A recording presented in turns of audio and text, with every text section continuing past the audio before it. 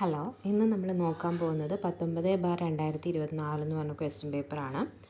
First question ആണ്, Indian സ്വാതന്ത്ര്യ സമരത്തിൻ്റെ അന്തിമ ലക്ഷ്യം പൂർണ്ണ സ്വരാജ് ആണെന്ന് പ്രഖ്യാപിച്ച കോൺഗ്രസ് സമ്മേളനം ഏത്?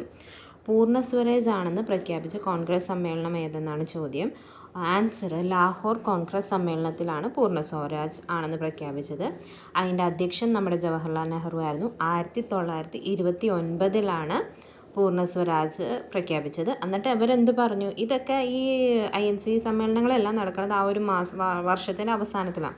അപ്പോൾ 1929 ഡിസംബറിലാണ് ഈ ഒരു സമ്മേളനം നടക്കുന്നത്. എന്നിട്ട് പറഞ്ഞു 1930 ജനുവരി 26 നമുക്ക് നമ്മുടെ സ്വാതന്ത്ര്യം പ്രഖ്യാപിക്കാം എന്നൊക്കെ പറഞ്ഞു. പക്ഷെ ഒന്നും നടന്നില്ല. അതിൻ്റെ ഒരു ഓർമ്മയ്ക്കായിട്ടാണ് ജാനുവരി 26 നമ്മൾ റിപ്പബ്ലിക് ഡേ ആയിട്ട് ആഘോഷിക്കുന്നത്. ശരിക്കും അവർ 1930 ജാനുവരി 26 നമുക്ക് ഇത് കിട്ടും, ഇൻഡിപെൻഡൻസ് കിട്ടും എന്നൊക്കെ പറഞ്ഞ് അവർ ആഗ്രഹിച്ചിരുന്നു. പക്ഷെ നടന്നില്ല. ആ ഒരു സമ്മേളനമാണ് ലാഹോർ കോൺഗ്രസ് സമ്മേളനം. സെക്കൻഡ് ക്വസ്റ്റ്യൻ ആണ്, ഗാന്ധിജിയുടെ നേതൃത്വത്തിൽ ഇന്ത്യൻ നാഷണൽ കോൺഗ്രസ് നടത്തിയ ആദ്യത്തെ ദേശീയ പ്രക്ഷോഭം ഏത്? INC plus Gandhiji first condition ഉണ്ട്. INC പ്ലസ് ഗാന്ധിജി അല്ലെങ്കിൽ ഗാന്ധിജി പ്ലസ് INC. കണ്ടീഷൻ എന്താണ്? ഫസ്റ്റ്. അതേതാണ്? നിസ്സഹകരണ സമ്മേളനം. ഇനി നമ്മൾ നേരത്തെ ഒരു ക്വസ്റ്റ്യൻ പേപ്പറിൽ നമ്മൾ കണ്ടായിരുന്നു, ഗാന്ധിജി പ്ലസ് INC. ലാസ്റ്റ് ചോദിച്ചാൽ ഏത് പറയണം? ക്വിറ്റ് ഇന്ത്യ സമരം. ലാസ്റ്റ് ചോദിച്ചാൽ ക്വിറ്റ് ഇന്ത്യ സമരം, ഫസ്റ്റ് ചോദിച്ചാൽ നിസ്സഹകരണ സമരം. പിന്നെന്താണ്? ഫോർവേഡ് ബ്ലോക്ക് എന്ന തേർഡ് ക്വസ്റ്റ്യൻ ആണ്. ഫോർവേഡ് ബ്ലോക്ക് എന്ന രാഷ്ട്രീയ പാർട്ടിക്ക് രൂപം നൽകിയതാര്? ഫോർവേഡ് ബ്ലോക്ക് എന്ന രാഷ്ട്രീയ പാർട്ടിക്ക് രൂപം നൽകിയതാരാണ്? സുഭാഷ് ചന്ദ്രബോസാണ് ഫോർവേഡ് ബ്ലോക്ക് എന്ന രാഷ്ട്രീയ പാർട്ടിക്ക് രൂപം നൽകിയത്. ആക്ച്വലി ഗാന്ധിജിയുടെ സമയത്ത് ഇച്ചിരി വ്യത്യസ്തമായിട്ട് ചിന്തിച്ചിരുന്ന ആളാണ് നമ്മുടെ സുഭാഷ് ചന്ദ്രബോസ്. രക്തം കൊടുത്ത് നമുക്ക് ഈ ഗാന്ധിജിയുടെ ഈ ആശയങ്ങളൊന്നും വേണ്ട, എന്താണ് നമ്മുടെ അഹിംസ മാർഗമൊന്നും അത്ര പോരാന്ന് കരുതിയിരുന്ന ചിന്തിച്ചിരുന്ന ഒരു വ്യക്തിയാണ് സുഭാഷ് ചന്ദ്രബോസ്. അങ്ങേരുടെ ഒരു ചിന്താഗതി ഇച്ചിരി ഫോർവേഡ് ആയിരുന്നു എന്ന് കരുതാം. അപ്പോൾ ഫോർവേഡ് ബ്ലോക്ക് എന്ന രാഷ്ട്രീയ പാർട്ടിക്ക് രൂപം നൽകിയതാരാണ്? സുഭാഷ് ചന്ദ്രബോസ്.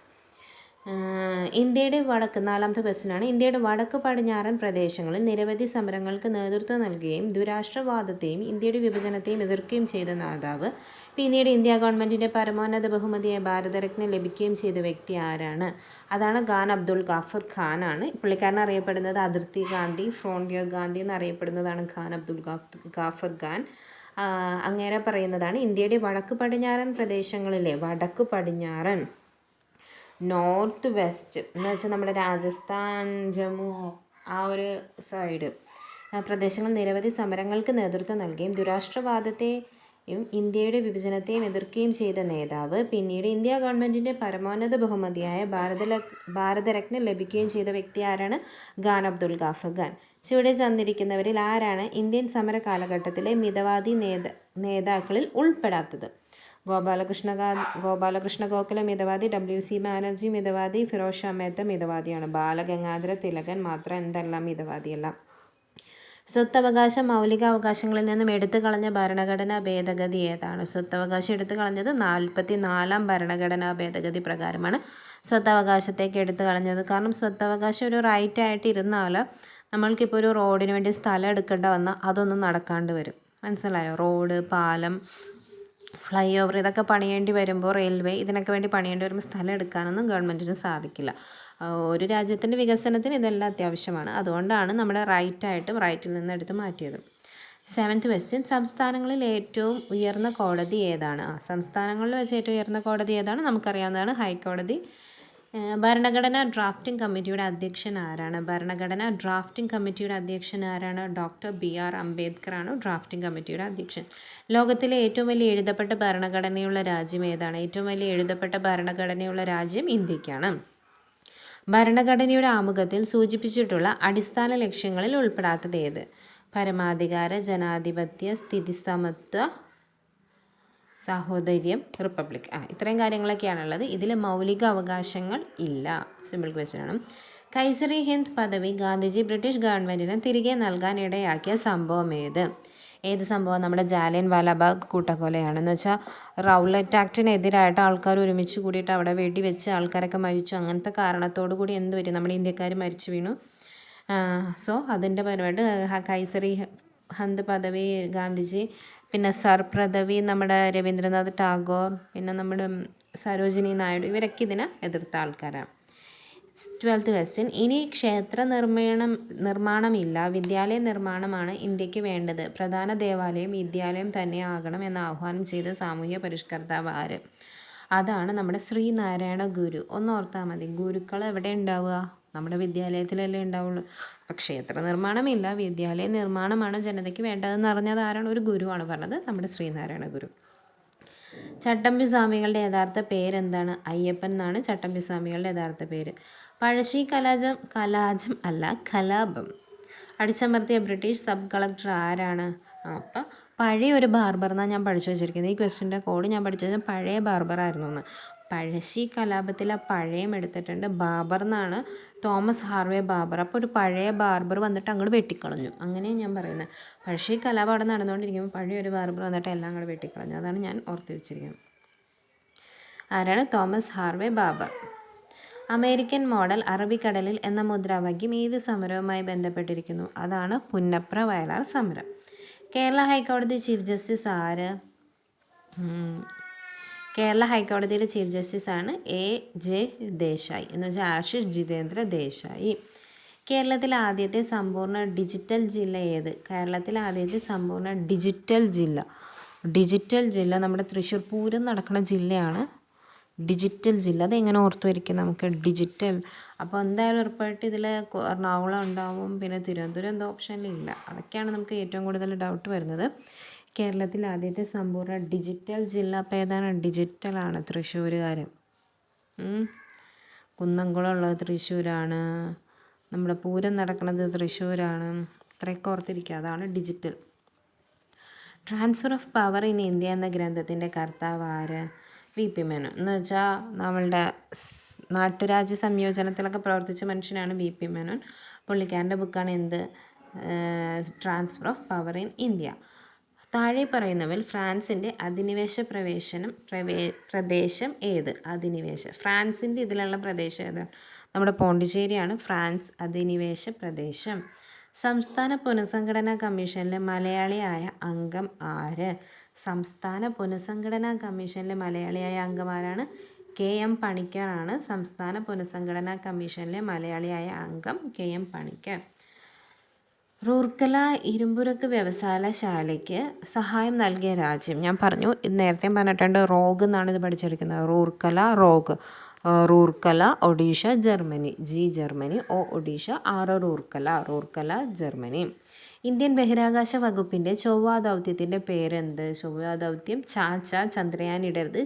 ചന്ദ്രന് വേണ്ടി തന്നെയാണ്. ചൊവ്വാ ദൗത്യമാണ് മംഗൾയാൻ. ആദ്യത്തെ നമ്മുടെ സൂര്യന് വേണ്ടിയിട്ടുള്ളതാണ്. 2024 G20 ഉച്ചകോടി നടക്കുന്ന രാജ്യം ഏതാണ്? 2024 ബ്രസീലാണ്. 2023 ഇന്ത്യയായിരുന്നു. 25 ഇന്തോനേഷ്യ അല്ല, 25 സൗത്ത് ആഫ്രിക്ക. ചന്ദ്രയാൻ 3 ദൗത്യത്തിൻ്റെ റോവർ അറിയപ്പെടുന്ന പേരെന്ത്? റോവർ അറിയപ്പെടുന്ന പേരാണ് പ്രഗ്യാൻ. അപ്പം നമ്മൾ പറയും വിക്രം, കേട്ടിട്ടുണ്ടല്ലോ. വിക്രം നമ്മുടെ ലാൻഡറാണ്. നമ്മളൊരു ഇത് വിടുമ്പോൾ, റോക്കറ്റ് വിടുമ്പോൾ അതിന് 3 സാറ്റലൈറ്റ് വിടുമ്പോൾ അതിന് 3 കാര്യങ്ങളാണുള്ളത്. ഫസ്റ്റ് എന്ന് പറയുമ്പോൾ ഒരു പ്രൊപ്പൽഷൻ മൊഡ്യൂൾ ഉണ്ടാവും, ഒരു ലാൻഡർ മൊഡ്യൂൾ ഉണ്ടാവും, പിന്നെ ഒരു റോവർ മൊഡ്യൂൾ ഉണ്ടാവും. പ്രൊപ്പൽഷൻ എന്ന് വെച്ചാൽ നമ്മൾ ഇവിടെ നിന്ന് അവിടെ വിട്ടങ്ങോട്ട് എത്തണ കാര്യത്തിലൊക്കെ. പിന്നെ ലാൻഡർ എന്ന് പറയുമ്പോൾ അതവിടെ ഇത്രയും സ്പീഡിൽ ചെന്നിട്ട് ആ മൂണിലോട്ട് ഇങ്ങനെ ഇടിച്ചിറങ്ങുക.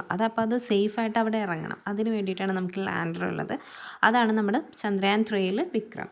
പിന്നെ റോവർ എന്ന് പറഞ്ഞാൽ അതവിടെ ഇറങ്ങി അതിൻ്റെ അവിടുത്തെ കാര്യങ്ങൾ നമ്മൾ എന്തിനാണോ വിട്ടത്, അവിടെ ചെന്നിട്ട് വെറുതെ എന്നാൽ പോരല്ലോ, നമ്മൾ എന്തിനാണോ വിട്ടത് ആ കാര്യങ്ങളൊക്കെ നടത്താൻ വേണ്ടിയിട്ടാണ് നമുക്ക് ആരുള്ളത്? റോവർ ഉള്ളത്.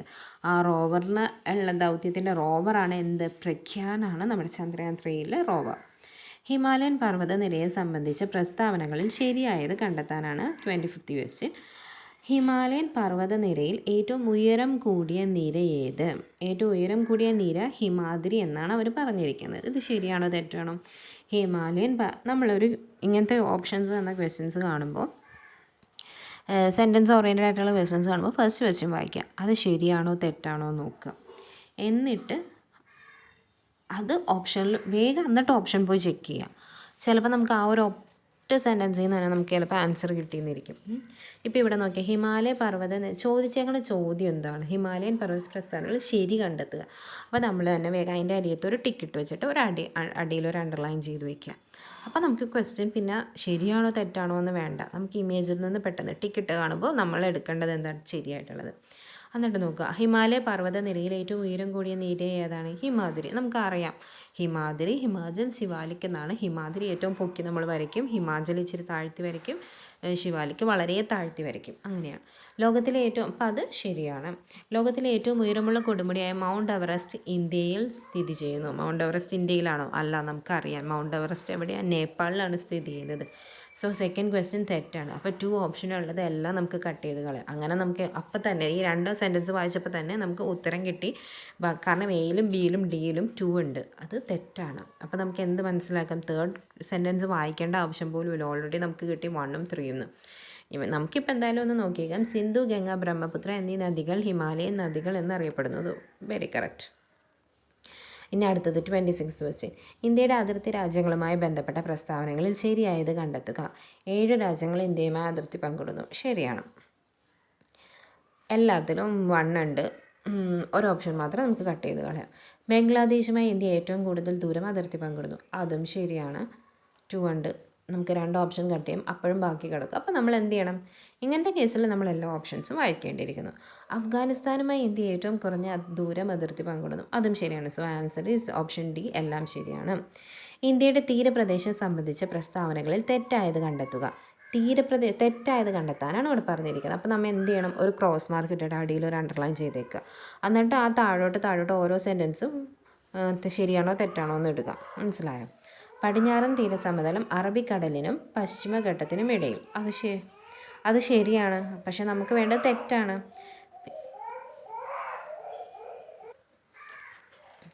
അപ്പോൾ എന്താണ് ഇന്ത്യയുടെ സെക്കൻഡ് ഓപ്ഷൻ എന്ന് പറയുന്നത്? പടിഞ്ഞാറൻ തീരസമതലത്തിൽ ഉൾപ്പെട്ടതാണ് കോറമണ്ടൽ തീരസമതലം. ആണോ? അല്ലല്ലോ, അത് തെറ്റാണ്. കാരണം നമ്മളുടെ എല്ലാ കോറമണ്ടൽ മറ്റേ ആന്ധ്രാപ്രദേശ് ആ ഭാഗത്ത് വരുന്നതാണ്. സുന്ദരവനം, അപ്പോൾ അത് തെറ്റാണ്. സുന്ദരവനം മുതൽ ഇപ്പം ഈ ഒരു രണ്ടാമത്തെ ഓപ്ഷൻ വായിച്ചപ്പോൾ തന്നെ നമുക്ക് ആൻസർ കിട്ടി. കാരണം എയും ബിയിലും മാത്രമേ 2 എന്ന് പറഞ്ഞ ഓപ്ഷനുള്ളൂ. അതിൽ എയിൽ തന്നെ 1 ഉണ്ട്. അപ്പോൾ അതെന്താണ്? അത് തെറ്റാണ്. 2ഉം 3ഉം ഉണ്ടെന്ന് വെച്ചാൽ നമുക്കിപ്പോൾ വീണ്ടും കൺഫ്യൂഷൻ അടിച്ചാണ്. വീണ്ടും നമുക്ക് തേർഡ് ഓപ്ഷൻ വായിക്കേണ്ടിയിരുന്നു, പക്ഷേ ഇതിലിപ്പോൾ വായിക്കേണ്ട ആവശ്യമില്ല. എന്നാലും നമുക്കിപ്പോൾ വായിക്കാം. സുന്ദരവന പ്രദേശം മുതൽ കന്യാകുമാരി വരെ നീണ്ടു കിടക്കുന്നതാണ് കിഴക്കൻ തീരസമതലം. Very correct. അടുത്ത ക്വസ്റ്റ്യൻ 28. ഇന്ത്യയുടെ ദേശീയ പ്രതീകങ്ങൾ സംബന്ധിച്ച് ശരിയായത് കണ്ടെത്തുക. ഇന്ത്യയുടെ ദേശീയ കായിക വിനോദം ഹോക്കിയാണ്. ശരിയാണ്. ആന ഇന്ത്യയുടെ ദേശീയ പൈതൃക മൃഗം. ശരിയാണ്. ഇന്ത്യയുടെ ദേശീയ ഗീതം ജനഗണമന. അല്ല, ദേശീയ ഗീതം ജനഗണമനയല്ല, ദേശീയ ഗാനമാണ് ജനഗണമന. ഞാനിങ്ങനെ ഓർത്ത്, ഗാനത്തിൽ ഗായും നായും ഉണ്ട്, ജനഗണമനയിലും ഉണ്ട് ഗായും നാനും. സോ ഗാനമാണ് ജനഗണമന. ഇന്ത്യയിലെ നദീതീര പട്ടണങ്ങൾ സംബന്ധിച്ച് പ്രസ്താവനയിൽ ശരിയായത് കണ്ടെത്തുക. അയോധ്യ നഗരം സരയൂ തീരത്ത് സ്ഥിതി ചെയ്യുന്നു. ശരിയാണ്. അയോധ്യ അധ്യായിലൊരു യൻ്റെ ഒരു ഇത് കിടപ്പുണ്ട്, അത് തന്നെയാണ് സരയൂലും. അഹമ്മദാബാദ്, ഗാന്ധിനഗർ എന്നീ പട്ടണങ്ങൾ സബർമതി നദീതീരത്താണ്. കൊൽക്കത്ത, ഹൗറ നഗരങ്ങൾ ഹൂഗ്ലി നദീതീരത്താണ്. ശരി. 30th question. കേരളത്തെ സംബന്ധിച്ച അടിസ്ഥാന വിവരങ്ങളിൽ ശരിയല്ലാത്തത് കണ്ടെത്തുക. കേരളത്തിൻ്റെ തെക്ക് വടക്ക് നീളം 560 കിലോമീറ്റർ. അത് ശരിയാണ്. കേരളത്തിലെ ഏറ്റവും ഉയരമുള്ള സ്ഥലമാണ് അഗസ്ത്യാർകൂടം. അത് തെറ്റാണ്. അഗസ്ത്യകൂടം എല്ലാം നമുക്ക് ആനമുടിയുണ്ട് ഏറ്റവും ഉയരമായിട്ടുള്ളത്. സോ അത് തെറ്റാണ്. കേരളത്തിലെ ഏറ്റവും താഴ്ന്ന പ്രദേശം കുട്ടനാടാണ്. അപ്പോൾ അതും ശരിയാണ്. ഓപ്ഷൻ ബി 2 മാത്രം ഉത്തരം. കേരളത്തിലെ നദികളെ സംബന്ധിച്ച പ്രസ്താവനകളിൽ ശരിയായത് കണ്ടെത്തുക. കിഴക്കോട്ടൊഴുകുന്ന നദികളാണ് കബനി, ഭവാനി, പാമ്പാർ. ശരിയാണ്. പെരിങ്ങൽകുത്ത് ജലവൈദ്യുത പദ്ധതി പെരിയാറിൽ സ്ഥിതി ചെയ്യുന്നു. പെരിങ്ങൽകുത്ത് ജലവൈദ്യുത പദ്ധതി പെരിയാറിലാണോ? അല്ല. അത് ഏത് പുഴയിലാണ്? അത് ചാലക്കുടി പുഴയിലാണ്. പെരിങ്ങൽകുത്ത് ജലവൈദ്യുത പദ്ധതി എവിടെയാണ്? ചാലക്കുടി പുഴയിലാണ് സ്ഥിതി ചെയ്യുന്നത്. ഏറ്റവും നീളമുള്ള നദികളിൽ 2ാം സ്ഥാനം ഭാരതപ്പുഴയ്ക്കാണ്. ശരിയാണ്. അപ്പോൾ 1ഉം 3ഉമാണ് ശരി. ഇനി അടുത്ത ക്വസ്റ്റ്യൻ 32nd ക്വസ്റ്റ്യൻ. കേരളത്തിലെ കായലുകളെ സംബന്ധിച്ച് പ്രസ്താവനകളിൽ ശരിയല്ലാത്തത് കണ്ടെത്തുക. തെറ്റാണ് ഇവിടെ വേണ്ടത്. കേരളത്തിലെ ശാസ്താംകോട്ട കായൽ കൊല്ലം ജില്ലയിൽ സ്ഥിതി ചെയ്യുന്നു. അത് ശരിയാണോ? കേരളത്തിലെ ഏറ്റവും വലിയ കായൽ അഷ്ടമുടി കായൽ. ഏറ്റവും വലിയ കായൽ അഷ്ടമുടി കായലല്ല, വലിയത് വേമ്പനാട് കായലാണ്. സമുദ്രനിരപ്പിൽ നിന്നും ഉയരത്തിൽ സ്ഥിതി ചെയ്യുന്ന പൂക്കോട് കായൽ വയനാട്ടിൽ സ്ഥിതി ചെയ്യുന്നു. ശരിയാണ്. പൂക്കോട് എവിടെയാണ്? വയനാടാണ്. അതാണ് ഏറ്റവും ഉയരത്തിൽ സ്ഥിതി ചെയ്യുന്ന കായൽ, പൂക്കോട്. താഴെ പറയുന്ന പ്രസ്താവനകളിൽ ശരിയായത് കണ്ടെത്തുക. കൊല്ലത്തെ തമിഴ്നാടുമായി ബന്ധിപ്പിക്കുന്ന ചുരമാണ് താമരശ്ശേരി ചുരം. തെറ്റാണ്. കാരണം കൊല്ലവും തമിഴ്നാടുമല്ല. ഇതങ്ങ് വയനാടും കോഴിക്കോടും തമ്മിലും ബന്ധിപ്പിക്കുന്നതാണ് താമരശ്ശേരി ചുരം. ആരൊക്കെ തമ്മിലാണ്? വയനാടും കോഴിക്കോടും തമ്മിൽ. വയനാട് ചുരം സ്ഥിതി ചെയ്യുന്ന ജില്ലയാണ് കോഴിക്കോട്. അതെ, വയനാട് പേര് മാത്രമേ ഉള്ളൂ, സ്ഥിതി ചെയ്യുന്നത് കോഴിക്കോടാണ്. കേരളത്തിലെ ഏറ്റവും വലിയ ചുരം പാലക്കാട് ചുരമാണ്. ശരിയാണ്, പാലക്കാട് ചുരമാണ് കേരളത്തിലെ ഏറ്റവും വലിയ ചുരം. കേരളത്തിലെ മത്സ്യബന്ധന തുറമുഖങ്ങളും അവ സ്ഥിതി ചെയ്യുന്ന ജില്ലകളും ശരിയായ രീതിയിൽ യോജിച്ചവ കണ്ടെത്തുക. ശരി മാത്രം എടുക്കാനാണ് പറഞ്ഞിരിക്കുന്നത്. നീണ്ടകര തിരുവനന്തപുരം അല്ല. നീണ്ടകര എവിടെയാണ്? ശരിയായത് മാത്രം എടുക്കാനാണ് നമുക്ക് പറഞ്ഞിരിക്കുന്നത്. നീണ്ടകര തിരുവനന്തപുരത്തല്ല. നീണ്ടകര മത്സ്യബന്ധന തുറമുഖം നമ്മുടെ കൊല്ലത്താണ്. പിന്നെ അഴീക്കൽ ബീച്ച് കൊല്ലത്തുണ്ട്. പക്ഷേ അഴീക്കൽ തുറമുഖം ഉള്ളത് എവിടെയാണ്? കണ്ണൂരാണ് അഴീക്കൽ തുറമുഖം ഉള്ളത്. അത് ശരിയാണ്. പിന്നെ പൊന്നാനി മലപ്പുറം, അതും ശരിയാണ്. കായംകുളം എവിടെയാണ്? കായംകുളം എവിടെയാണ്? ആലപ്പുഴയിലാണ് കായംകുളം, അതും തെറ്റാണ്. അപ്പോൾ ആൻസർ 2ഉം 3യും മാത്രമേ ഇവിടെ ശരിയുള്ളൂ. അപ്പം നീണ്ടകര മത്സ്യബന്ധന തുറമുഖം എവിടെയാണ്? നീണ്ടകര കൊല്ലത്താണ്. അഴീക്കൽ കണ്ണൂരാണ്. പൊന്നാനി മലപ്പുറത്താണ്. കായംകുളം ആലപ്പുഴയിലാണ്. കേരളത്തിലെ വൈദ്യുത പദ്ധതി സംബന്ധിച്ച് ശരിയായ പ്രസ്താവനകൾ കണ്ടെത്തുക. കേരളത്തിലെ വൈദ്യുത ഉൽപ്പാദനത്തിൻ്റെ പ്രധാന സ്രോതസ്സ് ജലമാണ്. ശരിയാണ്. കേരളത്തിലെ ആദ്യ ജലവൈദ്യുത പദ്ധതി പള്ളിവാസൽ, അതും ശരിയാണ്. കേരളത്തിലെ ഏറ്റവും വലിയ ജലവൈദ്യുത പദ്ധതി ഇടുക്കി ജലവൈദ്യുത പദ്ധതിയാണ്. അതും ശരിയാണ്. അങ്ങനെ ഓപ്ഷൻസ് എല്ലാം ശരിയാണെന്നാണ്. ഓപ്ഷൻ ഡി ആണ് ആൻസർ. 36 ക്വസ്റ്റ്യൻ. കേരളത്തിലെ വന്യജീവി സങ്കേതങ്ങളും അവ സ്ഥിതി ചെയ്യുന്ന ജില്ലകളും ശരിയായ യോജിച്ച ജോഡികൾ കണ്ടെത്തുക. കരിമ്പുഴ മലപ്പുറം നമുക്കറിയാം, കറക്റ്റാണ്. അവസാനമായിട്ട് വന്ന ഒരു വന്യജീവി സങ്കേതമാണ് കരിമ്പുഴ, അത് മലപ്പുറത്താണ്. ചിമ്മിണി പാലക്കാടാണോ? അല്ല, ചിമ്മിണി തൃശ്ശൂരാണ്. ശെന്തുരുന്നി കൊല്ലം, അത് കറക്റ്റാണ്. ശെന്തുരുന്നി കൊല്ലമാണ്. ചൂലന്നൂർ തൃശ്ശൂരല്ല, ചൂലന്നൂർ പാലക്കാടാണ്. അപ്പോൾ അതും തെറ്റാണ്. ആൻസർ എ ആണ് കറക്റ്റ്. സൈലന്റ് വാലി ദേശീയോദ്യാനം സംബന്ധിച്ച പ്രസ്താവനകളിൽ തെറ്റായത് കണ്ടെത്തുക. വംശനാശ ഭീഷണി നേരിടുന്ന സിംഹവാലൻ കുരങ്ങുകളെ കാണപ്പെടുന്നു. കറക്റ്റാണ്. ചീവീടുകൾ അപൂർവമായതുകൊണ്ട് ഈ പ്രദേശത്തിന് നിശബ്ദ താഴ്വര എന്ന പേര് വന്നത്. അതും കറക്റ്റാണ്. അവിടെ മറ്റേ ചീവീട് ഇല്ല. 1984 നിലവിൽ വന്ന ഇത് മലപ്പുറം ജില്ലയിൽ സ്ഥിതി ചെയ്യുന്നു. അത് തെറ്റാണ്. 1984 തന്നെയാണ് വന്നത്. ഉദ്ഘാടനം ചെയ്തത് 1985 രാജീവ് ഗാന്ധിയാണ്. 84 നമ്മുടെ ഇന്ദിരാഗാന്ധി മരിച്ചു. പിന്നെ ഇത് മലപ്പുറം ജില്ലയിലല്ല, ഇത് പാലക്കാട് ജില്ലയിലാണ് സ്ഥിതി ചെയ്യുന്നത്. അപ്പോൾ തെറ്റ് ഓപ്ഷൻ സി ആണ് കറക്റ്റ് ആൻസർ. 3 മാത്രമേ തെറ്റുള്ളൂ. കേരളത്തിലെ കായിക രംഗവുമായി ബന്ധപ്പെട്ട പ്രസ്താവനകളിൽ ശരിയായത് കണ്ടെത്തുക. കായിക കേരളത്തിൻ്റെ പിതാവ് എന്നറിയപ്പെടുന്നത് ഗോദവർമ്മ രാജ അല്ലെങ്കിൽ ജി രാജയാണ്.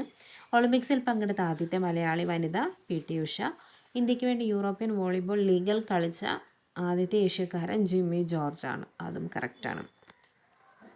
അപ്പോൾ ജിമ്മി ജോർജ് എന്താ ചെയ്തത്? ഇന്ത്യക്ക് വേണ്ടി യൂറോപ്യൻ വോളിബോൾ ലീഗിൽ കളിച്ചു. അടുത്ത ക്വസ്റ്റ്യൻ നോക്കാം. 39. കേരളത്തിലെ തദ്ദേശ സ്വയംഭരണ സ്ഥാപനങ്ങൾ സംബന്ധിച്ച് തെറ്റായ പ്രസ്താവന കണ്ടെത്തുക. കേരള നിയമസഭ 1992 കേരള പഞ്ചായത്തി രാജ് നിയമം പാസ്സാക്കി. തെറ്റാണ്. 1994 കേരള നിയമസഭ പഞ്ചായത്തി രാജ് നിയമം പാസ്സാക്കിയത്. 92 നമ്മുടെ പഞ്ചായത്തി രാജ് നിയമമൊക്കെ വന്നു, പക്ഷേ നമ്മൾ കേരളത്തിൽ പാസ്സാക്കിയത് 94 കേരളത്തിൽ 941 ഗ്രാമപഞ്ചായത്തുകളും 152 ബ്ലോക്ക് പഞ്ചായത്തുകളും നിലവിലുണ്ട്. അത് ശരിയാണ്. തദ്ദേശ സ്വയംഭരണ വകുപ്പ് മന്ത്രി എം.ബി. രാജേഷാണ്. തദ്ദേശ സ്വയംഭരണ വകുപ്പ് മന്ത്രി ആരാണ്? എം.ബി. രാജേഷാണ് തദ്ദേശ സ്വയംഭരണ വകുപ്പ് മന്ത്രി. താഴെ പറയുന്ന പ്രസ്താവനകളിൽ തെറ്റായത് കണ്ടെത്തുക. കേരള സ്പീക്കർ എ.എൻ. ഷംസീർ ആണ്. അത് ശരിയാണ്. കേരള ഹൈക്കോടതി ചീഫ് ജസ്റ്റിസ് D.Y. ചന്ദ്രചൂഡാണ്. അല്ല, ദേശായി, A.J. ദേശായി ആണ് കേരള ഹൈക്കോടതി ചീഫ് ജസ്റ്റിസ്. ചന്ദ്രചൂഡ് എവിടത്തെ? സുപ്രീം കോടതി. ചിലപ്പോൾ ഇങ്ങനെ കേൾക്കുമ്പോൾ ശരിയാണല്ലോ എന്ന് ഓർത്തു പോകും. പക്ഷേ ആരാണ് ചന്ദ്രചൂഡ്? എവിടത്തെയാണ്? നമ്മുടെ സുപ്രീം കോടതി ചീഫ് ജസ്റ്റിസാണ്. കേരള ഗവർണർ ആരിഫ് മുഹമ്മദ് ഖാനാണ്. സോ ഓപ്ഷൻ സി ആണ്. സെക്കൻഡ് സെൻറ്റൻസ് മാത്രമാണ് തെറ്റ്. കേരളത്തിലെ സാഹിത്യ അവാർഡുകൾ സംബന്ധിച്ച് തെറ്റായ പ്രസ്താവന കണ്ടെത്തുക. 2023 എഴുത്തച്ഛൻ പുരസ്കാരം ലഭിച്ചത് S.K. വസന്തനാണ്. ശരിയാണത്. 23 വസന്തന് ലഭിച്ചു. 22 സേതുവിന് ലഭിച്ചു. അതെ, S.K. വസന്തൻ, സേതു. വയലാർ അവാർഡ് ലഭിച്ച S. ഹരീഷിൻ്റെ മീശ എന്ന രചനയ്ക്കാണ്. അത് വയലാർ അവാർഡ് ലഭിച്ചത് എസ് ഹരീഷിൻ്റെ മീശ എന്ന രചനയ്ക്ക്. ആക്ച്വലി കൺഫ്യൂഷൻ ഉണ്ടല്ലോ. വയലാർ അവാർഡ് ലഭിച്ചത് ഹരീഷിൻ്റെ മീശ തന്നെയാണ്. പക്ഷേ 23-ലല്ല ഹരീഷിന് കിട്ടിയിരിക്കുന്നത്. 23-ൽ തമ്പിക്കാണ്, ശ്രീകുമാരൻ തമ്പിക്കാണ് വയലാർ അവാർഡ് കിട്ടിയിരിക്കുന്നത്. 22-ലാണ് ഹരീഷിന് വയലാർ അവാർഡ് കിട്ടിയത്. അപ്പോൾ അത് തെറ്റാണ്. 22-ൽ ഓടക്കുഴൽ അവാർഡ് ലഭിച്ചത് അംബിക സുഗതൻ മാങ്ങാടിനാണ്. അത് കറക്റ്റാണ്. ഇനി 43 ചന്ദ്രയാൻ 3 സംബന്ധിച്ച ശരിയായ പ്രസ്താവനകൾ കണ്ടെത്തുക. 2023 ആഗസ്റ്റ് 23-ന് ചന്ദ്രൻ്റെ ദക്ഷിണ ധ്രുവത്തിൽ സോഫ്റ്റ് ലാൻഡിംഗ് ചെയ്തു. ശരിയാണ്. ISRO chairman Mohankumar. തെറ്റാണ്. ISRO chairman S സോമനാഥാണ്. ചന്ദ്രയാൻ 3-ലെ ലാൻഡറിൻ്റെ പേര് വിക്രം. ചന്ദ്രയാൻ 3-ൻ്റെ മൊത്തം ചിലവ് 615 കോടി രൂപയാണ്. അതും ശരിയാണ്. സെൻറ്റൻസ് 2 മാത്രമേ തെറ്റായിട്ടുള്ളൂ, ബാക്കി 3 ശരിയാണ്. ഓപ്ഷൻ എ ആണ് കറക്റ്റ് ആൻസർ. കേരളത്തിലെ തനതായ നൃത്ത കലാരൂപം ഏതാണ്? മോഹിനിയാട്ടം. അമ്മ എന്ന നോവൽ എഴുതിയതാരും മാക്സിം ഗോർക്കി. ഐക്യരാഷ്ട്രസഭയിൽ ഈ 46th ക്വസ്റ്റ്യൻ ക്യാൻസൽ ചെയ്തതാണ്. ഐക്യരാഷ്ട്രസഭയിൽ ഇന്ത്യയുടെ സ്ഥിരം പ്രതിനിധിയായി നിയമിതനായത് ആര്? രുചിര കാമ്പോജാണ് ഉത്തരം. ഇതെന്താ ക്യാൻസൽ ചെയ്തതെന്ന് അറിയില്ല, അറിയാവുന്നവരൊന്ന് കമൻറ്റ് ചെയ്യാം കേട്ടോ. ദേശീയ തലത്തിൽ, ഭരണതലത്തിലും ഉദ്യോഗതലത്തിലും രാഷ്ട്രീയ തലത്തിലുമുള്ള അഴിമതി തടയുന്നതിന് രൂപം നൽകിയ സ്ഥാപനം ഏത്? ദേശീയ തലത്തിൽ ലോക്പാൽ, നമ്മുടെ സംസ്ഥാന തലത്തിലാണെങ്കിൽ ലോകായുക്ത. 50ാമത്തെ സുപ്രീം കോടതി chief justice Dhananjaya Y Chandrachud.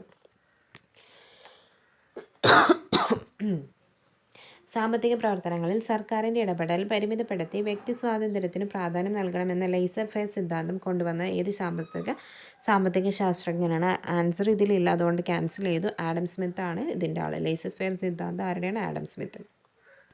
ഇന്ത്യയുടെ ദേശീയ കായിക വിനോദം ഏതാണ്? ഹോക്കി.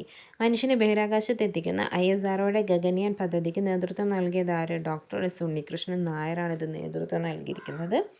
VR ലളിതാംബികയൊക്കെ ഉണ്ട്. ഇതിൻ്റെ ഓപ്ഷൻ ഉത്തരം വരുന്നത് ഡോക്ടർ എസ് ഉണ്ണികൃഷ്ണൻ നായർ. 2023 സാമ്പത്തിക ശാസ്ത്രത്തിൽ നൊബേൽ സമ്മാനം ലഭിച്ചത് ആർക്ക്?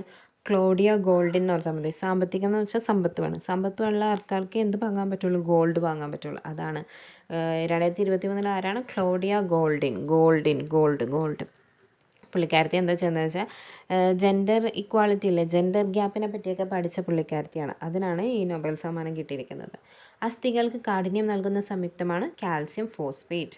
ഒരു അസ്ഥി മറ്റൊന്നിൽ ഇരുദിശകളിലേക്കും തിരിയുന്ന സന്ധി ഏതാണ്? വിജാഗിരി സന്ധിയാണ് ഇരുദിശകളിലേക്കും തിരിയുന്നത്. C ആകൃതിയിലുള്ള തരുണാസ്ഥി വലയങ്ങൾ കാണപ്പെടുന്ന മനുഷ്യ ശരീര ഭാഗം ഏതാണ്? ട്രക്കിയ എന്ന് വെച്ചാൽ നമ്മുടെ വിൻ പൈപ്പ് എന്ന് പറയില്ല, നമ്മൾ ശ്വസനം എടുത്തു കഴിഞ്ഞിട്ട് ലാരിങ്സ് തുടങ്ങി അങ്ങ് ലങ്സ് വരെ എത്തുന്ന ഒരു തരം പൈപ്പില്ല, അന്നനാളം പോലെ നമുക്കൊരു വിൻ പൈപ്പും ഉണ്ട്. അതിൽ കാണപ്പെടുന്നതാണ് നമ്മുടെ തരുണാസ്ഥി. C ആകൃതിയിലുള്ള തരുണാസ്ഥി വലയങ്ങൾ കാണപ്പെടുന്നത് അവിടെയാണ്, ട്രക്കിയ. പിന്നെ ഇതിൽ ജീവി അവരുടെ ശാസ്ത്രീയ നാമം തന്നിട്ടുണ്ടെങ്കിൽ ശരിയായിട്ടുള്ളത് മാത്രം എടുക്കാൻ പറയുക. പൂച്ച ഫെലിസ് ഡൊമസ്റ്റിക്ക, അത് ശരിയാണ്. നായ കാനിസ് ഫെമിലിയാരിസ് എന്നാണ്. കാനിസ് ഫെമിലിയാരിസ് ആണ് നായ. ഇത് ഡൊമസ്റ്റിക്കസ്, അത് തെറ്റാണ്. കാക്ക കോർവസ് പ്ലെൻഡൻസ്, അത് ശരിയാണ്. മയിൽ പാവോ ക്രിസ്റ്റാറ്റസ്, അങ്ങനെയാണ്. പാവോ ക്രിസ്റ്റാറ്റസ് എന്നാണ് മയിലിൻ്റെ പേര്. അപ്പം അതും തെറ്റാണ്. ഓപ്ഷൻ ബി ആണ് കറക്റ്റ് ആൻസർ. ഇനി ജീവികളുടെയും ഹൃദയാറകളും തന്നിരിക്കുന്നത് ശരിയായ ജോഡി കണ്ടുപിടിക്കണം എന്ന് വെച്ചാൽ അത് മാച്ച് ചെയ്യാനാണ് പറഞ്ഞിരിക്കുന്നത്. ഇതിൽ മത്സ്യത്തിന് വെള്ളത്തിൽ കിടക്കണതിന് 3 ഉണ്ടാവുള്ളൂ എന്ന് ഓർക്കുക. മത്സ്യം D3 ആണ്, അല്ല മത്സ്യം 2 ആണ്, സോറി. ഞാൻ എങ്ങനെയാണ് പഠിച്ചിരിക്കുന്നതെന്ന് വെച്ചാൽ ചെറിയ വളരെ ഇൻസെക്ട്സിനൊക്കെ വളരെ കുറേ അറകളുണ്ടാവും. പിന്നെ വെള്ളത്തിൽ കിടക്കണതിന് 2 എണ്ണം, പിന്നെ ഇഴഞ്ഞ് നടക്കണതിന് 3 എണ്ണം, മേലോട്ട് ആകാശത്തിലോട്ട് കയറി കഴിഞ്ഞാൽ 4 ആവും. എന്ന് വെച്ചാൽ പക്ഷികൾക്കും മനുഷ്യർക്കും 4 ഉണ്ട്. അപ്പോൾ C4 ആണെന്ന് വെച്ചാൽ C1 കിട്ടണം. പിന്നെ മത്സ്യത്തിന് 2 ആണ്, അപ്പോൾ D2 ആണ്. പിന്നെ പല്ലിയുണ്ട്, പാറ്റയുണ്ട്. പല്ലിയും പാറ്റയ്ക്കും 3, പല്ലിക്ക് 3, കാരണം പല്ലി വെള്ളത്തിലല്ല കരയിലാണ്, പക്ഷെ ഇഴഞ്ഞു കിടക്കുള്ളൂ. അപ്പോൾ പല്ലി 3. പാറ്റ പ്രാണികളാണ്, അത് പറക്കുന്നുണ്ട്, എഴയുന്നുണ്ട്, അങ്ങനെ ചെയ്യുന്നുണ്ട്. അപ്പോൾ പക്ഷിയല്ല പ്രാറ്റ്. അതുങ്ങൾക്ക് 13 അങ്ങനെ കുറേ ഭയങ്കര മൾട്ടിപ്പിൾ നമ്പേഴ്സ് അങ്ങനെ ഞാൻ പഠിച്ചു വെച്ചിരിക്കുന്നത്. ഇൻസെക്ട്സിന് കുറേ നമ്പേഴ്സ് വരും. വെള്ളത്തിൽ കിടക്കണതിന് 2, ഭൂമിയിലുള്ളതിൽ തന്നെ എഴയുന്നതിന് 3, മേലോട്ട് പക്ഷിക്കും മൃഗങ്ങൾ നമ്മൾക്ക് മനുഷ്യർക്കും 4. പ്ലാസ്റ്റിക് മലിനീകരണത്തെ തോൽപ്പിക്കുക ഏത് വർഷത്തെ പരിസ്ഥിതി ദിനത്തിൻ്റെ തീമാണ്? 2023-ലാണ്. 24-ലെ വൺ എർത്ത് അങ്ങനത്തെ പേര് വരുന്നത് ഒന്നേ ഉള്ളൂ എന്നുള്ളൊരു രീതിയിൽ വരുന്നതാണ്. ഇതേതാണ് പ്ലാസ്റ്റിക് മലിനീകരണത്തെ തോൽപ്പിക്കുക പരിസ്ഥിതി ദിനം 2023-ലെയാണ്. സങ്കരയിനം തക്കാളി അല്ലാത്തത് ഏത്? ഹരിത എനിക്ക് തോന്നുന്നു നമ്മുടെ ബ്രഞ്ചാളാറ്റിയാണ് ഹരിത. മുക്തി, അക്ഷയ, അനഘ ഇതൊക്കെ തക്കാളിയാണ്. ഭാരത്തിൻ്റെ അടിസ്ഥാന യൂണിറ്റ് ഏത്? നമ്മൾ വേഗം പോയി കിലോഗ്രാം എഴുതും. ഓപ്ഷൻ എ ഉണ്ട്. അല്ല, കിലോഗ്രാം മാസിൻ്റെ യൂണിറ്റാണ്. വെയ്റ്റിൻ്റെ യൂണിറ്റ് ആക്ച്വലി ന്യൂട്ടൺ ആണ്. ന്യൂട്ടൺ. 25 സെൻറ്റിമീറ്റർ ഫോക്കൽ ദൂരമുള്ള ഒരു കോൺവെക്സ് ലെൻസിൻ്റെ പവർ എത്രയാണെന്നാണ് കണ്ടുപിടിക്കാൻ പറഞ്ഞിരിക്കുന്നത്. ഈ പവർ എന്ന് പറയുന്നത് അതിൻ്റെ യൂണിറ്റാണ് ഡയോപ്റ്റർ. അപ്പോൾ ഡയോപ്റ്റർ വെച്ചിട്ടാണ് അത് പറയുക. D=1/f എന്നാണ്. ഇവിടെ 25 സെൻറ്റിമീറ്റർ. ഈ എഫ് എപ്പോഴും എന്തിലായിരിക്കണം? മീറ്ററിലായിരിക്കണം. അപ്പോൾ D=1/f എന്ന് പറയുമ്പോൾ 1/25. 25 അല്ല വരണ്ടേ, 25 ഡിവൈഡഡ് ബൈ 100 കൂടി ചെയ്യണം. അങ്ങനെ വരുമ്പോൾ 100/25 എന്ന് വരും. അതാണ് 4 ഡയോപ്റ്റർ എന്ന് പറയുന്നത്. പിന്നെ അടുത്ത ക്വസ്റ്റ്യൻ ക്യാൻസൽ ചെയ്തേക്കണം. ഇതിൻ്റെ ഉത്തരം റേഡിയോ ആക്റ്റീവ് കാർബൺ ഡേറ്റിങ്ങിന് ഉപയോഗിക്കുന്ന കാർബണിൻ്റെ ഐസോടൈപ്പ് വരേണ്ടത് കാർബൺ 14 ആണ്. പക്ഷേ ഇത് ഡിലീറ്റ് ചെയ്ത് കളഞ്ഞിരിക്കുന്ന ക്വസ്റ്റ്യനാണ്. 1 ഹോഴ്സ് പവർ എന്നത് എത്ര വാട്ട് ആകുന്നു? നമുക്കറിയാവുന്നതാണ് 746 വാട്ട്. ഹൈഡ്രജൻ കണ്ടുപിടിച്ചത് ആര്? ഹെൻറി കാവൻഡിഷാണ് ഹൈഡ്രജൻ കണ്ടുപിടിച്ചത്. H ഓർത്താൽ മതി. Henry H, hydrogen H. നിലവിലെ ISRO ചെയർമാൻ ആരാണ്? S സോമനാഥാണ്. ചന്ദ്രയാൻ 3 ദൗത്യത്തിൻ്റെ ഭാഗമായ റോവറിൻ്റെ പേരെന്ത്? ഭാഗമായ പേരാണ് പ്രഗ്യാൻ. സംസ്ഥാന സർക്കാർ ആരംഭിച്ച ജീവിതശൈലി നിയന്ത്രണ പദ്ധതിയുടെ പേര്? ഈ 66 ക്വസ്റ്റ്യൻ റിപ്പീറ്റഡ് ആണ്. സംസ്ഥാന സർക്കാർ ആരംഭിച്ച ജീവിതശൈലി രോഗനിർണയ പദ്ധതിയുടെ പേരാണ് അമൃതം ആരോഗ്യം. ജീവിതശൈലി രോഗനിർണയ പദ്ധതിയാണ് അമൃതം ആരോഗ്യം. ശലഭം ചെറിയ കുട്ടികളുടെ കുറേ കാര്യങ്ങൾ നോക്കുന്നതിന് വേണ്ടിയിട്ടാണ്, കുറേ ഡിഫക്ട്സ് ഒക്കെ കണ്ടുപിടിക്കുന്നതിന് വേണ്ടിയിട്ടാണ് ശലഭം പദ്ധതി. ശ്രുതി തരംഗം മറ്റേ കോക്ലിയർ ഇംപ്ലാന്റേഷൻ, ചെവിയുടെ കുറേ കാര്യങ്ങൾ നോക്കുന്നതിന് വേണ്ടിയിട്ടാണ് ശ്രുതി തരംഗം. സുകൃതം എന്തോ ഉണ്ടായിരുന്നു, ഓർക്കുന്നില്ല. ഇനി അടുത്ത ക്വസ്റ്റ്യൻ നീങ്ങുന്നില്ലല്ലോ, എന്തു പറ്റി? ഓക്കെ. വായുവിലൂടെ പകരുന്ന രോഗവുമായി ബന്ധപ്പെട്ട് ചുവടെ നൽകിയിരിക്കുന്നവയിൽ നിന്നും ശരിയായ ജോഡികൾ തിരഞ്ഞെടുക്കുക. Chickenpox, cholera. Chickenpox വായിലൂടെയാണ്, പക്ഷെ കോളറ അല്ല. കോളറ ചിക്കൻ ഗുനിയ അല്ല, കോളറയല്ല. ക്ഷയം ചിക്കൻ പോക്സ്, അത് രണ്ടും വായിലൂടെ പകരും. മന്ത് ചിക്കൻ ഗുനിയ രണ്ടും വരില്ല. ചിക്കൻ ഗുനിയ കൊതുക്, മന്തും കൊതുകാണ്. സിറോഫ്താൽമിയ, അപ്പോൾ ഓപ്ഷൻ ഡി ആണ്, 3 മാത്രമാണ് ശരി. ക്ഷയവും ചിക്കൻ പോക്സും. സിറോഫ്താൽമിയ എന്ന രോഗമുണ്ടാകുന്നത് ഏത് വിറ്റാമിൻ്റെ തുടർച്ചയായ അഭാവം മൂലമാണ്? Vitamin A. സിറോഫ്താൽമിയ എവിടെയാണ്? കണ്ണിനെ ബാധിക്കുന്നതാണ്. കണ്ണിനെ ബാധിക്കുന്ന ഏത് വിറ്റാമിൻ്റെ പേര് ചോദിച്ചാലും വൈറ്റമിൻ എ പറഞ്ഞാൽ മതി. കേന്ദ്ര സർക്കാരിന് കീഴിൽ ആയുഷ് മന്ത്രാലയം രൂപീകരിച്ചതെന്ന്? 2014 നവംബർ 9-നാണ്. 2014 നവംബർ. ഇത് 24 എന്ന് വെച്ചാൽ 10 വർഷം ആവുന്നു ആയുഷ് വന്നിട്ട്. ആയുഷ് എന്ന് വെച്ചാൽ ആയുർവേദ, യുനാനി, സിദ്ധ, ഹോമിയോപ്പതി. ഈ യുനാനിയുടെ കൂടെ വേറെ ഒരെണ്ണം കൂടി ഉണ്ട് കേട്ടോ. അങ്ങനത്തെ കാര്യങ്ങൾക്കാണ് ഈ ആയുഷ് എന്ന് പറയണത്. അത് വന്നിട്ട് 2014 നവംബർ 9-നാണ് അത് വന്നത്. അപ്പോൾ അതിൻ്റെ അർത്ഥം 10 വർഷം ആവുന്നു. ഗ്ലൂക്കോമ ശരീരത്തിൻ്റെ ഏത് അവയവത്തെയാണ് ബാധിക്കുന്നത്? നമുക്കറിയാം, കണ്ണ്. പ്രഷർ എന്ന് വെച്ചാൽ അതിൻ്റെ ഉള്ളിലുള്ള ഫ്ലൂയിഡിൻ്റെ പ്രഷർ കൂടുന്നതാണ് ഗ്ലൂക്കോമ. ഞാനിങ്ങനെ ജി എഴുതണത് ഇങ്ങനെ ഒരു സി പോലെ അല്ലേ, ഒരു പ്രഷർ വന്നിങ്ങനെ ഒരു പ്ലാസ്റ്റിക് ആണ് നമ്മളിങ്ങനെ ഊതി വീർപ്പിച്ച് എങ്ങനെ ഇരിക്കും, അതേപോലെ അല്ലേ നമ്മൾ ജി എഴുതുക. അതാണ് പ്രഷർ എന്ന് ഓർത്തിരിക്കുന്നത്. ഇന്ത്യൻ ഹരിത വിപ്ലവത്തിൻ്റെ പിതാവായ MS സ്വാമിനാഥൻ അന്തരിച്ചതെന്ന്? പുള്ളിക്കാരൻ കഴിഞ്ഞ വർഷം മരിച്ചായിരുന്നു. 2023 സെപ്റ്റംബർ 28-ന് പുള്ളിക്കാരൻ മരിച്ചായിരുന്നു. അപ്പോൾ ഏതാ ദിവസം? 2023 സെപ്റ്റംബർ 28. സെപ്റ്റംബറിലാണ് കേട്ടോ. ജനുവരി, ഫെബ്രുവരി, March, April, May, June, July, August, September. 9-ാം മാസമായി പോയി. 8-ാം മാസമൊക്കെയാണ് വെച്ചാൽ ഒരു മാച്ച് ഉണ്ടായാനെ അല്ലേ. ചുവടെ കൊടുത്തിരിക്കുന്നവയിൽ വൈറസ് രോഗമല്ലാത്തത് ഏത്? വൈറസ് രോഗമല്ലാത്തത് ഏത്? ചിക്കൻ ഗുനിയ വൈറസാണ്. ചിക്കൻ ഗുനിയും ചിക്കൻ പോക്സും രണ്ടും വൈറസാണ് കേട്ടോ. ഡെങ്കിപ്പനി എയ്ഡ്സ് വൈറസാണ്. ഡെങ്കിപ്പനിയാണ് നമുക്ക് പിന്നെയും കാണിക്കണം. എലിപ്പനിയാണ് ആക്ച്വലി ആൻസർ. അപ്പോൾ ഡെങ്കിപ്പനിയും വൈറസാണ്. എലിപ്പനി വൈറസ് അല്ല, എലിപ്പനി ബാക്ടീരിയ ആണ്. താഴെ പറയുന്നവൽ ജീവിതശൈലി രോഗങ്ങളിൽ പെടാത്തതേത്? നമുക്കറിയാം, സിമ്പിളാണ്. മലേറിയയാണ് ഇതിൽ ജീവിതശൈലി രോഗങ്ങളിൽ പെടാത്തത്. മാനസിക രോഗവിമുക്തരുടെ പുനരധിവാസത്തിനുള്ള സർക്കാരിൻ്റെ പുനരധിവാസ പദ്ധതിയാണ് സ്നേഹക്കൂട്. മാനസിക രോഗവിമുക്തരായവരുടെ പുനരധിവാസ പദ്ധതിയാണ് സ്നേഹക്കൂട്. കൊറോണ വൈറസ് വകഭേദമായ ഒമിക്രോൺ ആദ്യമായി റിപ്പോർട്ട് ചെയ്ത രാജ്യമാണ് സൗത്ത് ആഫ്രിക്ക. സൗത്ത് ആഫ്രിക്കയിലാണ് ഒമിക്രോൺ വന്നത്. ചുവടെ കൊടുത്തവയിൽ നിന്നും ശ്വാസകോശ രോഗമല്ലാത്തത് തിരഞ്ഞെടുക്കുക. നെഫ്രൈറ്റിസ്. നെഫ്രൈറ്റിസ് എവിടത്തെയാണ്? കിഡ്നീനെ ബാധിക്കുന്നതാണ് നെഫ്രൈറ്റിസ്. ആസ്മ, എംഫസീമ, ബ്രോങ്കൈറ്റിസ് ഇതെല്ലാം ശ്വാസകോശ ലങ്സിനെ ബാധിക്കുന്നതാണ്. ഭിന്നശേഷിക്കാരായ അമ്മമാർക്ക് പ്രസവാനന്തരം കുഞ്ഞിനെ പരിപാലിക്കുന്നതിനും അടിസ്ഥാന സൗകര്യങ്ങൾ ഒരുക്കുന്നതിനും വേണ്ടി കേരള സർക്കാർ സാമൂഹ്യ നീതി വകുപ്പ് ആവിഷ്കരിച്ച പദ്ധതി. ഭിന്നശേഷിക്കാരായ അമ്മമാർക്ക് പ്രസവാനന്തരം കുഞ്ഞിനെ പരിപാലിക്കുന്നതിനും അടിസ്ഥാന സൗകര്യങ്ങൾ ഒരുക്കുന്നതിനും വേണ്ടിയിട്ടുള്ള പദ്ധതിയാണ് മാതൃജ്യോതി. മാതൃയാനം എന്ന് വെച്ചാൽ ആശുപത്രിയിൽ നിന്ന് തിരിച്ച് അമ്മനെയും കുഞ്ഞിനെയും സുരക്ഷിതമായി വീട്ടിലോട്ട് എത്തിക്കാൻ വേണ്ടി വാഹനം നമുക്ക് ഒരുക്കിത്തരും. അതാണ് മാതൃയാനം. പിന്നെ മനുഷ്യ ശരീരത്തിലെ ഏറ്റവും വലിയ അവയവം ഏത്? ത്വക്ക്. ത്വക്കാണ് മനുഷ്യ ശരീരത്തിലെ ഏറ്റവും വലിയ അവയവം. പിന്നെ 80th ക്വസ്റ്റ്യൻ, ചുവടെ കൊടുത്തിരിക്കുന്നവയിൽ നിന്നും ശരിയായ ജോഡികൾ തിരഞ്ഞെടുക്കുക. എലിപ്പനി നമ്മൾ പറഞ്ഞത് ബാക്ടീരിയയാണ്. ക്ഷയം ബാക്ടീരിയ ശരിയാണ്. വട്ടച്ചൊറി പ്രോട്ടോസോവ. Nipah virus. വട്ടച്ചൊറി ബാക്ടീരിയ അല്ല, വട്ടച്ചൊറി ഫംഗസ് ആണ്. അപ്പോൾ ആൻസർ ഡി ആണ്.